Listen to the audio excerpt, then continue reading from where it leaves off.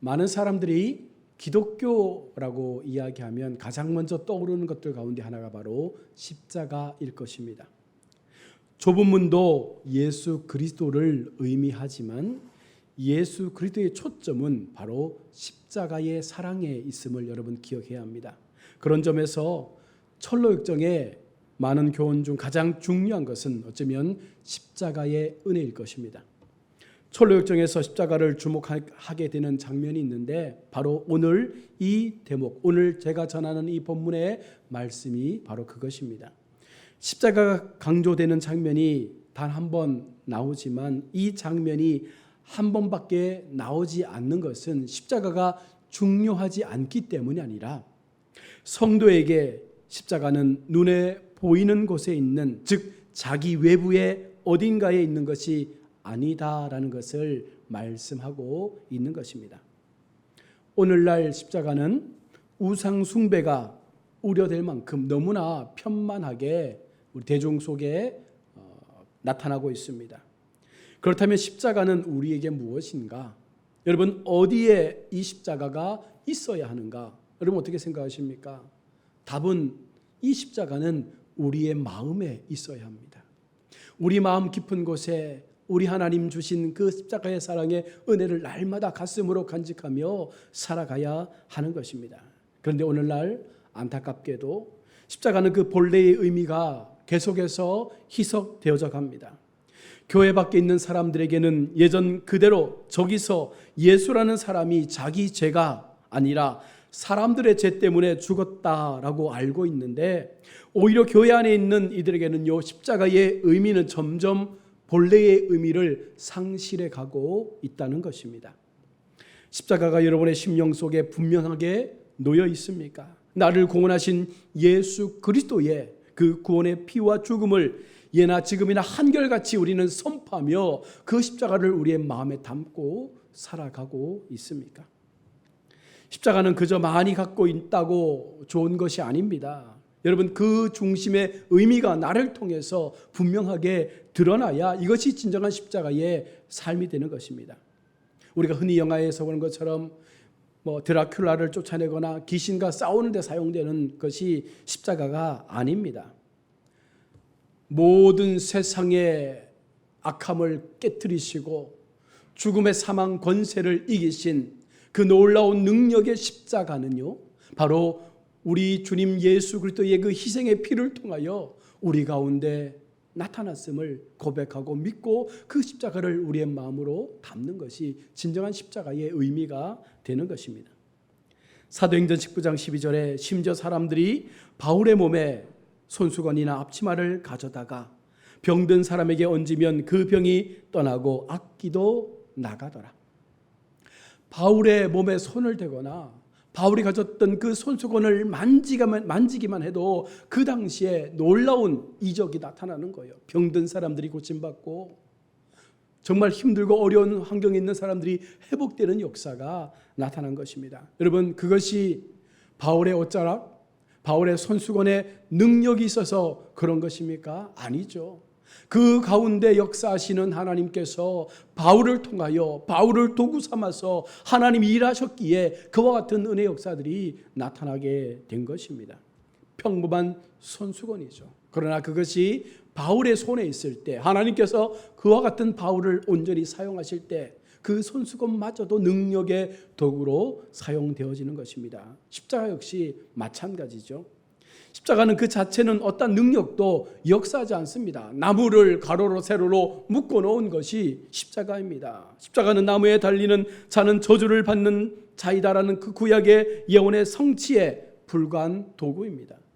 십자가를 우상 숭배하듯 여러분 떠받들지 마십시오. 과거에 보면 우리 교단은 그런 게 없지만 다른 교단들은 강대산 중앙에 십자가를 다 걸어 놓으면 많은 성도들이 그 중심에 앉고 싶어 했습니다. 십자가가 보이는 가장 그 중심에 앉아서 기도하면 응답된다라는 그런 믿음을 갖고 있었습니다. 물론 애틋한 마음을 가지고 그렇게 기도하는 것이 나쁜 것은 아니지만 그것이 우상이 되어서는 안 된다는 것입니다.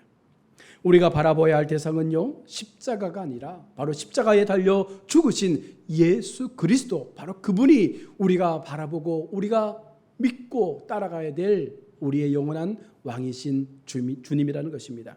오늘 히브리서 12장 2절이 우리에게 그것을 가르쳐주고 있습니다. 믿음의 주여 또 온전하게 하시는 이인 예수를 바라보자. 그는 그 앞에 있는 기쁨을 위하여 십자가를 참으사 부끄러움을 개의치 아니하시더니 하나님의 보좌 우편에 앉으셨느니라. 이 말씀은 정확히 철로 역정에서의 주인공 크리스천의 두 가지 특별한 체험들에 관한 배경으로 사용되고 있습니다. 예수를 바라보라고 바울 사도는 말하는데 그 가운데 먼저는 믿음의 주를 바라보라는 것입니다. 우리가 바라볼 가장 첫 번째 요청이 무엇입니까? 믿음의 주를 바라보라. 믿음의 주가 누구입니까? 그분은 좁은 문을 통과해서 우리에게 오직 은혜로만 구원을 얻을 수 있도록 인도해 주신 분입니다. 좁은 문에서 크리스천은 죄악의 용서를 선언받았습니다. 그리고 그가 믿을 때에 그는 의롭다 함을 받게 됩니다. 바꿔 말하면 예수 그리스도께서 십자가에서 죽으신 것을 믿을 때에 우리는 주님께서 저 하늘에 쌓으신 하늘의 의를 우리가 덧입게 된 것입니다. 이것이 믿음으로 의롭게 되는 구원의 은혜를 말씀하는 것이죠. 자, 그리고 구원의 언덕에서 크리스천은요, 용서의 두 번째 단계를 체험하고 배우게 됩니다. 우리의 주인공은 곧바로 구원의 언덕에 이르게 됩니다. 그 언덕으로 올라가는 길 양옆으로 높은 울타리가 쳐져 있습니다. 이것은 이 언덕에서의 체험은요, 제3자가 이해할 수 없는 신비가 있음을 그 속에 암시하고 있습니다. 그리고 하나님의 특별한 보호하심이 그 가운데 있다는 것입니다. 이 언덕에 오르면서 크리스천은요, 무척 고통스러워하는 것 같아 보였습니다. 아직 무엇을 보지 못했기 때문입니다. 십자가가 그의 눈에 들어오지 않았기 때문입니다. 십자가의 본질, 그 핵심, 그 정곡을 이해해야지만 그 가는 길에 대하여 우리는 담대함을 가질 수 있습니다. 이것은 사실 매우 놀랍고 신비로운 일입니다. 왜냐하면 아무나 다 알 것 같은데 결코 아무나 다 아는 비밀이 아니라는 것입니다. 교회와 구원에 관한 일들 중 겉으로 볼 때에 사람들에게 감춰져 있거나 숨겨져 있는 것처럼 생각되는 것이 있습니까? 여러분, 없습니다. 요즘은요, 교회 다니지 않는 사람들도 교회에서 어떤 일을 하는지, 예수가 누구인지, 하나님이 어떤 분이신지, 어떻게 구원받는지를 다 알고 있습니다. 삼위일체, 통성기도, 안수기도, 11조 웬만하면 우리 성도들이 아는 것 이상으로 다 알고 있습니다. 십자가 분명 그들도 다 알고 있죠. 예수 안 믿는 이들조차도 십자가 목걸이를 목에 걸고 귀에 걸고 팔목에 걸고 그렇게 다니지 않습니까? 자, 그런데 그들은 복음의 핵심, 바로 구원의 핵심을 그들은 알지 못한다는 거예요. 외형적인 십자가, 외형적인 구원에 관한 이야기는 알고 있지만 그 중심 속에 있는 그 핵심의 구원에 대해서는 그들은 알지 못합니다. 아니, 전혀 알 수 없습니다. 그것은 오직 하나님의 은혜로만 가능한 것이기에 그들이 은혜를 받지 않고서는 결코 이 비밀을 깨달을 수가 없는 것입니다. 하나님의 계시의 은총으로만 가능하기 때문입니다. 하지만 그것을 위해서 바로 내가 힘쓰고 애써야 합니다. 그 과정이 쉽지 않은 거예요. 그래서 오늘 크리스천은 그 언덕으로 오르는 길 가운데 무척이나 고통스럽다라고 말하고 있습니다. 고통스러움에도 불구하고 크리스천은요, 쉬지 않고 계속해서 그 언덕을 향해서 뛰어갑니다. 마침내 십자가 앞에 그는 서게 됐습니다. 여럿 중 하나의 십자가가 아니라 바로 그 십자가입니다. 예수님께서 십자가에 달리신 바로 그 십자가 앞에 크리스천은 섰습니다. 그 십자가를 보고 그 십자가가 있는 곳으로 막 올려가라는 그 순간, 여러분, 어떤 일이 벌어질까요? 존 버녀는 이 순간에 주인공 크리스천에게 특별한 어떤 일이 있다라고 강조하지 않습니다. 단지 막 올라가려는 그 순간 그의 어깨로부터 짐이 풀어져서 등에서 벗겨지더니 계속 미끄러져 내려와 마침내 무덤의 입구에서 그 속으로 굴러 떨어져 다시는 보이지 않게 되었다라고 철로 역정은 기록하고 있습니다. 순간입니다. 최선을 다해서 그 길을 걸어갔고 어느 순간 십자가 앞에 도달했을 때 그 순간 그토록 벗고 싶었던 크리스천의 그 짐이 어느 순간 나도 모르는 사이에 스르르 벗겨지더니 사라져 버린 것입니다. 십자가를 통해서 은혜를 깨닫고 그 십자가의 참된 의미를 이해하는 그 순간 그의 짐은 사라지게 되었습니다. 하늘이 열리고 하나님의 계시의 빛이 영혼 속에 비춰지는 그 순간, 여러분, 이런 일들이 우리 삶 가운데 일어난다는 거예요. 고통의 시간들, 어쩌면 믿음의 경주가 참으로 고통스럽고 힘든 걸음일 수 있습니다. 그러나 오직 주님을 바라보고 그 은혜 앞으로 나가는 그 순간, 나도 모르는 사이에 내가 짊어지고 있었던, 하나님 앞에 기도하며 고백했던 그 모든 짐들이 어느 순간 사라지게 되는 것들을 보게 된다는 것입니다. 그 짐이 어디로 굴러갔습니까? 바로 예수님께서 묻혔던 그 무덤인데, 빈 무덤입니다. 그 빈 무덤이 죄의 짐을 삼켜버린 것입니다.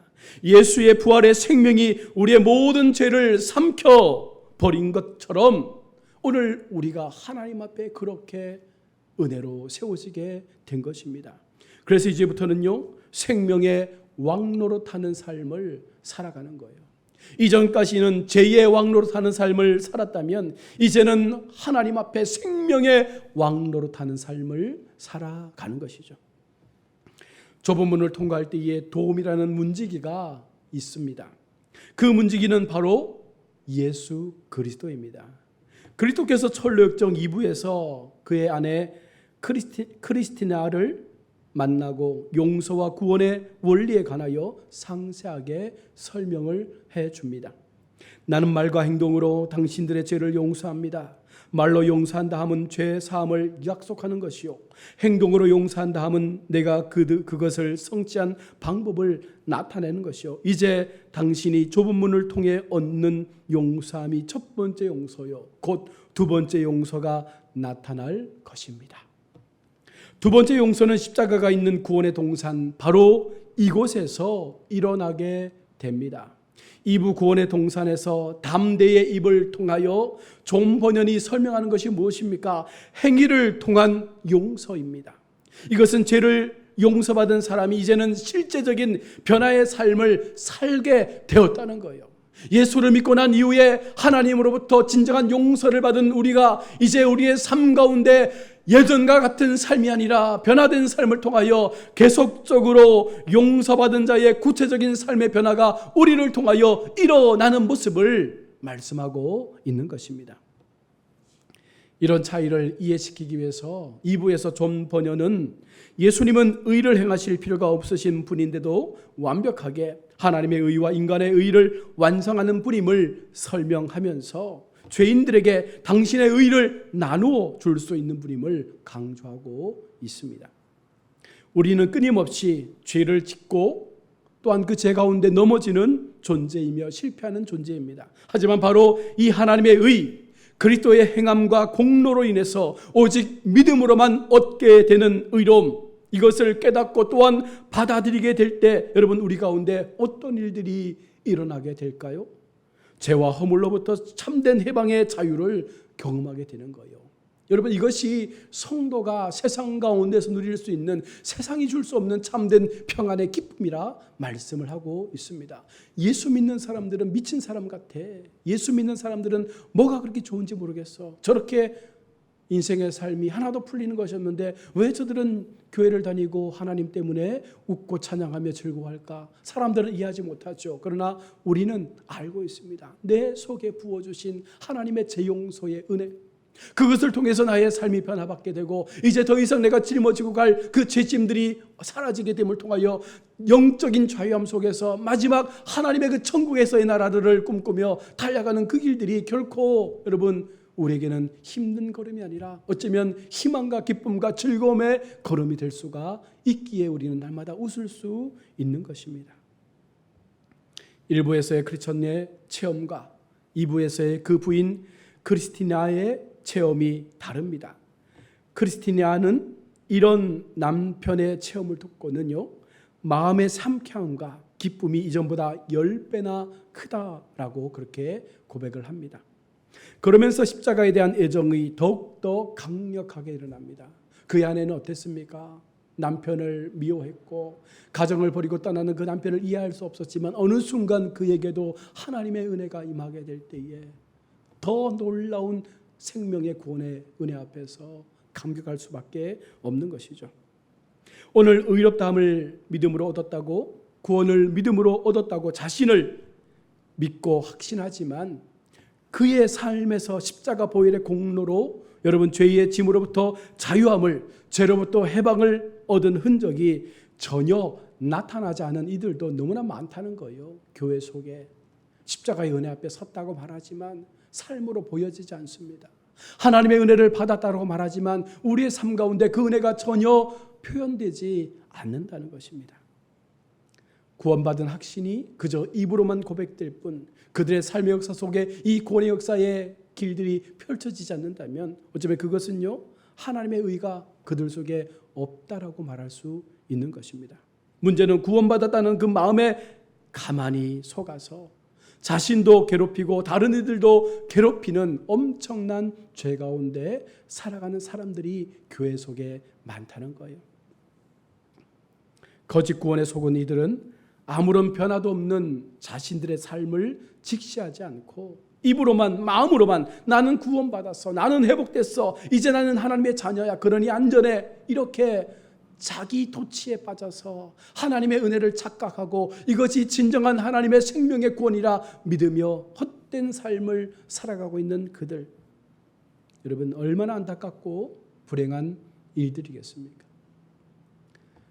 입술의 고백과 함께 반드시 고백되어야 될 것은 바로 우리의 행함 속에 나타나는 참된 그리스도인의 의의 모습입니다.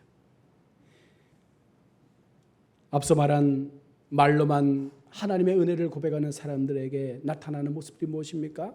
십자가의 주님과 그들은 온전히 만나지 못했음을 보여주는 하나의 증거가 되는 거예요. 진짜 주님을 만나면, 진짜 십자가의 주님 앞에 우리의 삶을 내려놓을 수 있으면 여러분, 우리의 삶은 변화되어야 합니다. 어떠한 상황 속에서라도 그의 믿음의 걸음들은 분명히 달라져야 합니다. 그렇지 않다는 것은 우리는 지금 잘못된 길을 걷고 있는 것입니다. 예수 그리스도를 의미하는 좁은 문을 통과했다라는 그의 확신이 여러분 착각이었음을 경고하고 있는 거예요. 우리가 줄곧 걸어왔던 그 길이 좁은 길이요, 좁은 문을 통과한 믿음의 길로 여겼는데 여러분 어느 순간 그것이 착각이라고 여러분 한번 생각해 보십시오. 얼마나 안타까운 모습입니까? 우리는 우리의 힘으로 아무것도 할 수 없기에 하나님의 은혜를 기억하며 그 은혜 앞에 우리의 삶을 내어놓고 하나님이 말씀하시는 그 십자가의 사랑 앞에 우리의 믿음의 경주를 열심히 달려가는 그 길을 선택하며 지금까지 걸어왔습니다. 그러나 중요한 것은 과연 내가 진정으로 십자가 앞에 나의 삶을 내려놓고 있는가?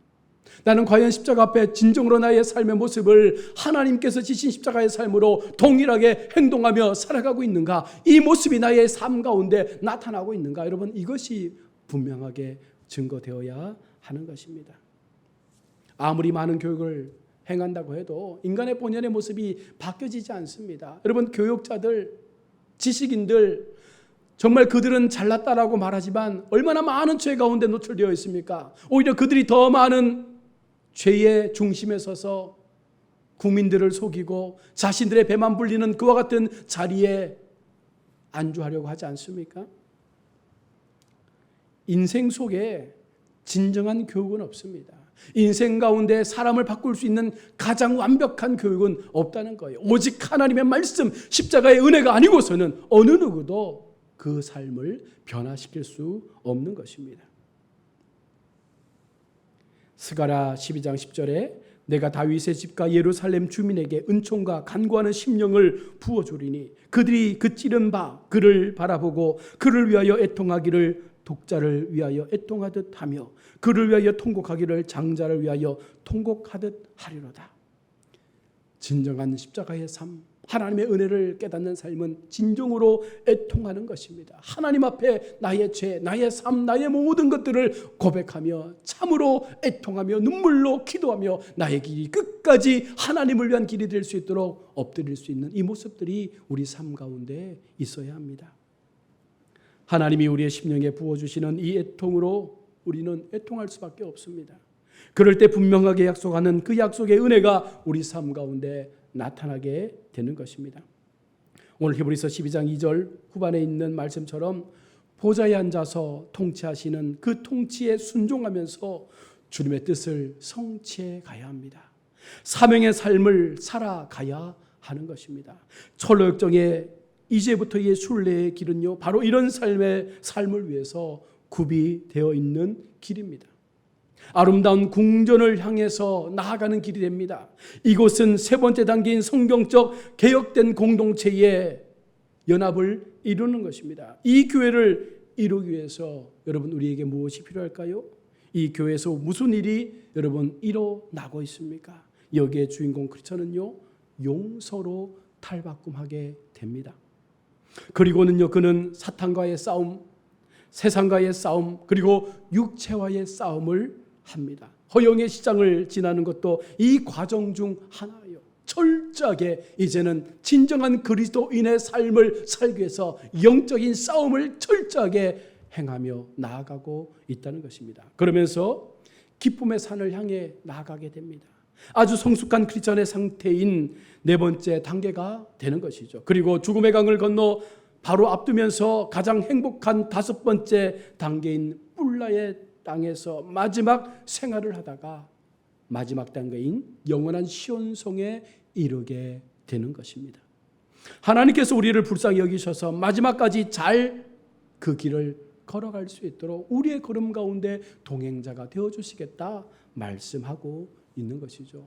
여러분, 오늘 철로역정이 말하고 있는 그 십자가의 삶 속에서 마지막 영원한 그 시온성에 도달하는 그 과정까지 우리는 어떤 모습으로 하나님 앞에 그 길을 걸어가고 있습니까? 과연 우리는 하나님 앞에 어떤 마음을 가지고 그 길 앞에 세워져서 철저하게 하나님 주시는 용서와 화해의 마음을 가지고 공동체 연합을 이루기 위하여 얼마나 우리는 그 길 앞에 우리의 삶을 드리며 행동하고 있습니까? 이 모습들이 계속적으로 우리 가운데 일어나야 한다는 거예요.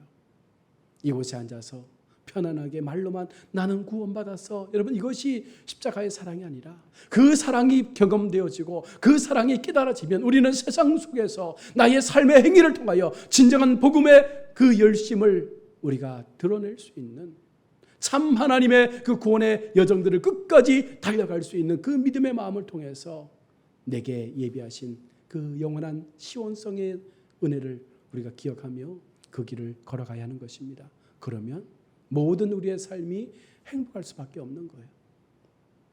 여러분, 인생 속에서 비교하게 되잖아요. 누구는 이런 집에 살고, 누구는 이런 차를 타고, 누구는 이만큼 벌고, 누구는 이렇게 자녀들이 잘 되는데 나는 왜 이럴까? 여러분, 그런 비교부터가 어쩌면 우리 삶 가운데 뭔가 우리의 신앙의 모순을 담고 있는 거예요. 내가 구원받았다는 것 자체만으로도, 내가 하나님의 그 은혜 앞에 섰다라는 것 자체만으로도, 십자가의 은혜 속에서 내가 생명의 부활을 얻었다는 것 자체만으로도 우리는 이후의 모든 삶은 행복하고 감사하고 기쁘고 즐거워야 하는 것입니다. 이것이 진짜 성도의 삶의 모습이 되는 거예요. 때때로 부족함이 있고 불편함이 있고 어려움이 있겠지만 그러함에도 여러분, 그것은 과정이니까 어느 순간 마지막 도달하게 될 그 천국에서의 여정은 나에게 더 놀랍고 엄청난 것들을 제공해 줄 것이기에 우리는 여전히 십자가의 사랑을 기억하며 그 길을 걸어가는 줄로 믿습니다. 우리 모두 이 마음을 가지시고 내게 주신 하나님의 사랑 기억하며 늘 감사와 즐거움으로 행복하고 온전한 믿음의 삶을 통해서 하나님을 높이시고 하나님의 영광을 드러낼 수 있는 그와 같은 삶의 여정들을 걸어가시는 우리 모든 성도들 되시기를 주의 이름으로 축원합니다. 아멘. 기도하겠습니다.